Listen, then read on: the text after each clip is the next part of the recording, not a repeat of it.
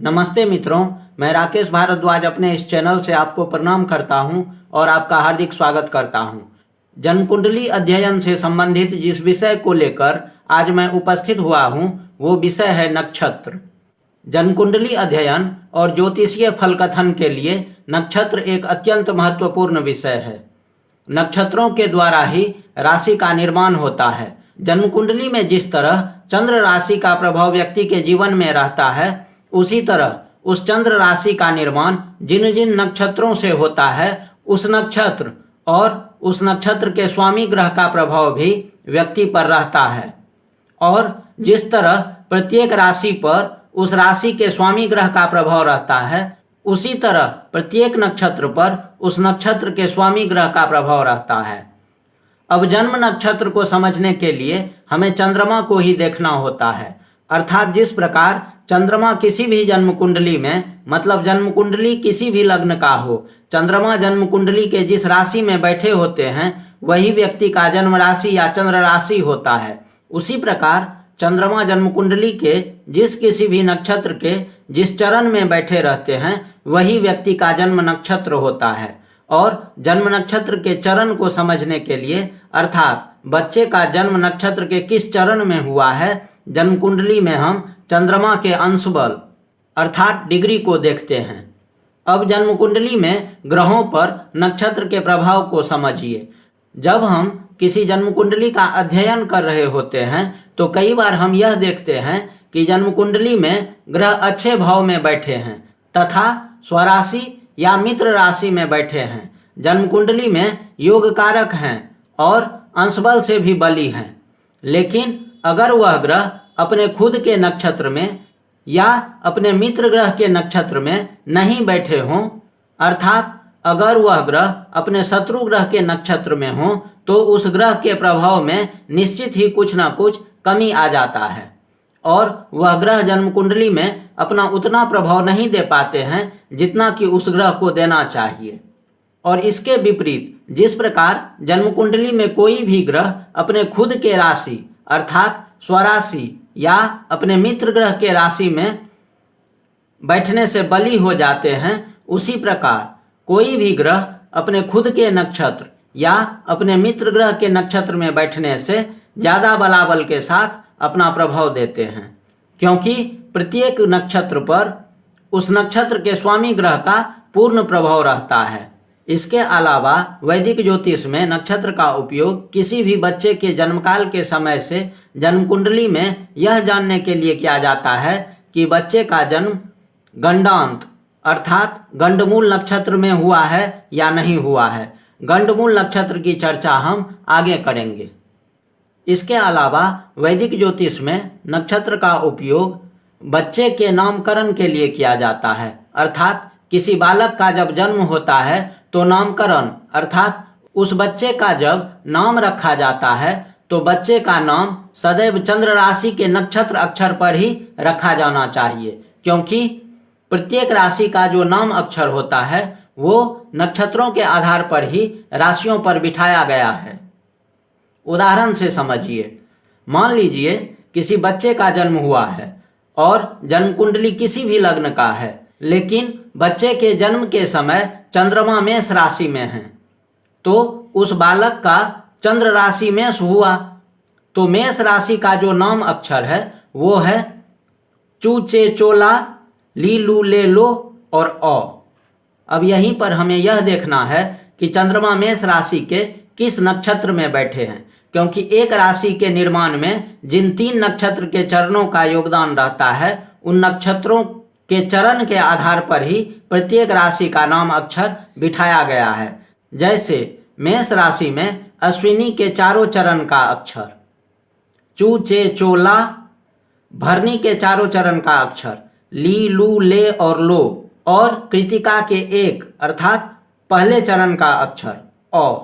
शास्त्र में कहा गया है कि बच्चे का नामकरण सदैव चंद्र राशि और नक्षत्र के अक्षरों के आधार पर ही किया जाना चाहिए, क्योंकि नाम अक्षर व्यक्ति के भाग्य और शुभता से जुड़ा रहता है।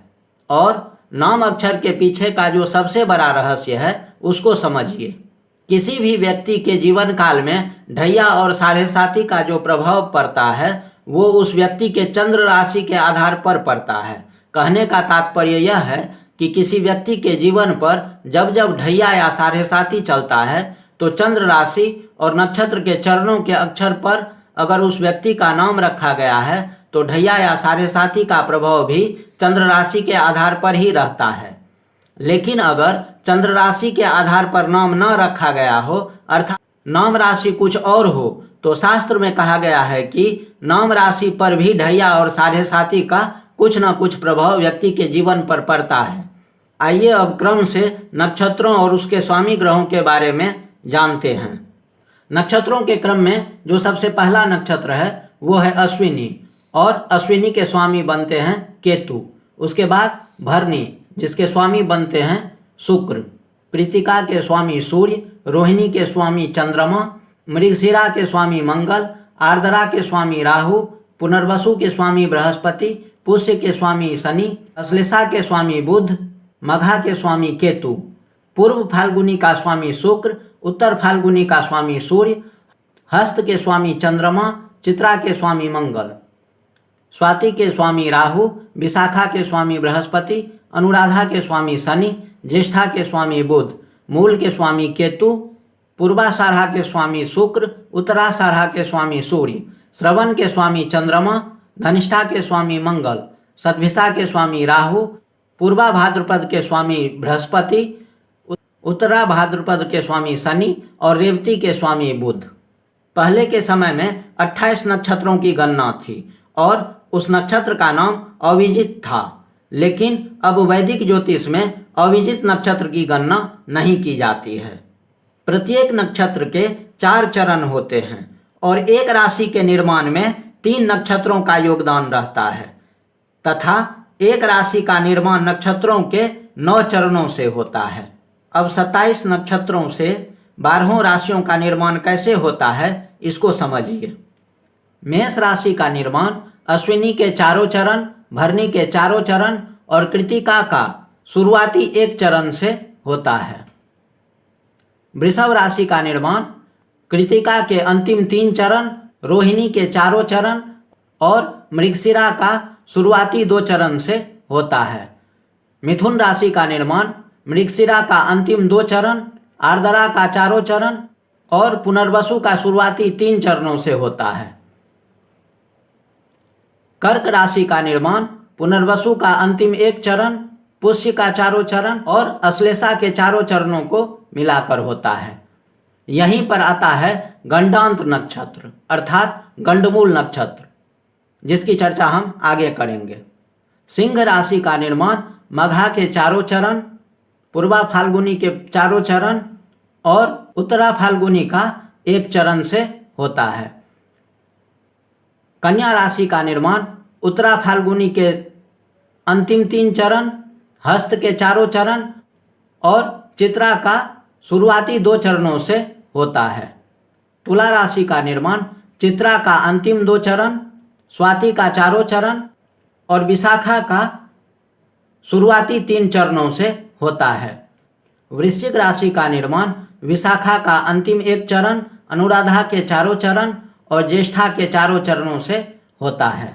धनु राशि का निर्माण मूल के 4 चरण, पूर्वाषाढ़ा के 4 चरण और उत्तराषाढ़ा के 1 चरणों से होता है। मकर राशि का निर्माण उत्तराषाढ़ा के अंतिम 3 चरण, श्रवण के 4 चरण और धनिष्ठा का शुरुआती 2 चरणों से होता है।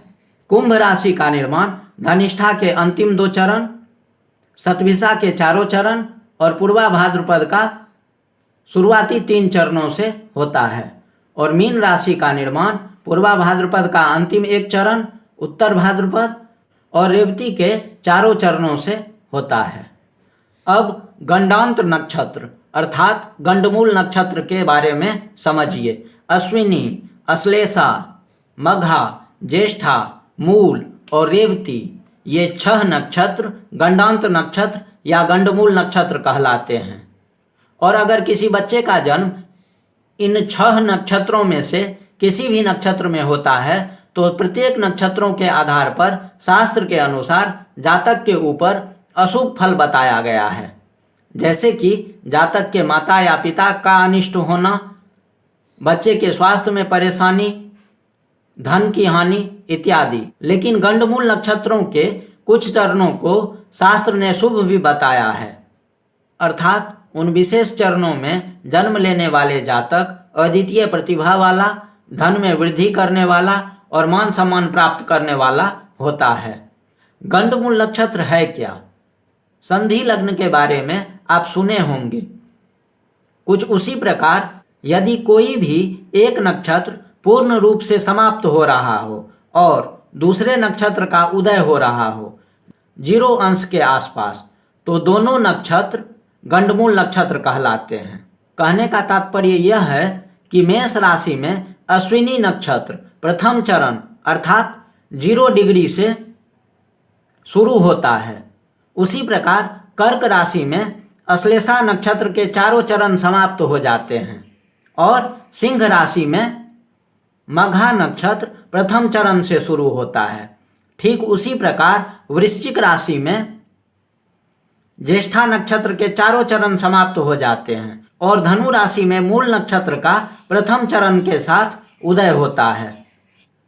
फिर से ठीक उसी प्रकार मीन राशि में रेवती नक्षत्र के चारों चरण का अंत हो जाता है और फिर मेष राशि में अश्विनी नक्षत्र का 0 अंश के साथ उदय होता है। इसलिए इन 6 नक्षत्रों को गंडमूल नक्षत्र कहा जाता है। बाकी सभी राशियों में नक्षत्र का कुछ चरण दूसरे राशि में चला जाता है। जैसे यहीं पर उदाहरण के लिए कृतिका का एक चरण मेष राशि में है और वृषभ राशि कृतिका के 3 चरणों के साथ शुरू होता है। उसी प्रकार मिथुन राशि का अंत पुनर्वसु के 3 चरणों के साथ होता है और कर्क राशि के शुरू में पुनर्वसु का एक चरण आ जाता है। इन नक्षत्रों के स्वामी ग्रह या तो केतु या बुध होते हैं। अश्विनी, मघा और मूल नक्षत्र के स्वामी केतु हैं और अश्लेषा, ज्येष्ठा और रेवती नक्षत्र के स्वामी बुध हैं। किसी भी बालक का जन्म अगर गंडमूल नक्षत्र में होता है तो वैदिक विधि से गंडमूल शांति पूजा कराया जाता है। शास्त्र के अनुसार बालक के जन्म के समय चंद्रमा जिस नक्षत्र में होते हैं उसके ठीक 27वें दिन चंद्रमा फिर से एक चक्र पूरा करके उसी नक्षत्र में आते हैं। तो 27वें दिन अगर गंडमूल शांति पूजा किया जाए तो सर्वाधिक शुभ होता है, क्योंकि गंडमूल नक्षत्र में जन्म लिए बच्चे का जब तक शांति पूजा संपन्न ना हो तब तक उस बच्चे के पिता को बच्चे का मुख नहीं देखना चाहिए। शास्त्र कहता है कि अगर किसी बच्चे का जन्म गंडमूल नक्षत्र में हुआ हो तो गंडमूल शांति पूजा उस बच्चे के जन्मकाल से 27वें दिन करवाना श्रेष्ठ और सर्वाधिक शुभ है। लेकिन किसी कारणवश अगर ऐसा न हो पाए तो किसी भी शुभ दिन में जन्म से 8 वर्षों के भीतर शांति कार्य किया जा सकता है। तो आज के कार्यक्रम में मैंने जन्म कुंडली में नक्षत्रों के प्रभाव से संबंधित मुख्य बातों को बताया है। लेकिन यह विषय फलित ज्योतिष का अत्यंत महत्वपूर्ण और बृहद विषय है और इस विषय को एक कार्यक्रम में ना तो समेटा जा सकता है और ना ही पूर्ण रूप से स्पष्ट किया जा सकता है। इसलिए आगे जब मैं इस विषय को सुदर्शन चक्र कुंडली के माध्यम से बताऊंगा तो यह विषय पूर्ण रूप से स्पष्ट हो जाएगा। तो अब आज अनुमति दीजिए। प्रणाम।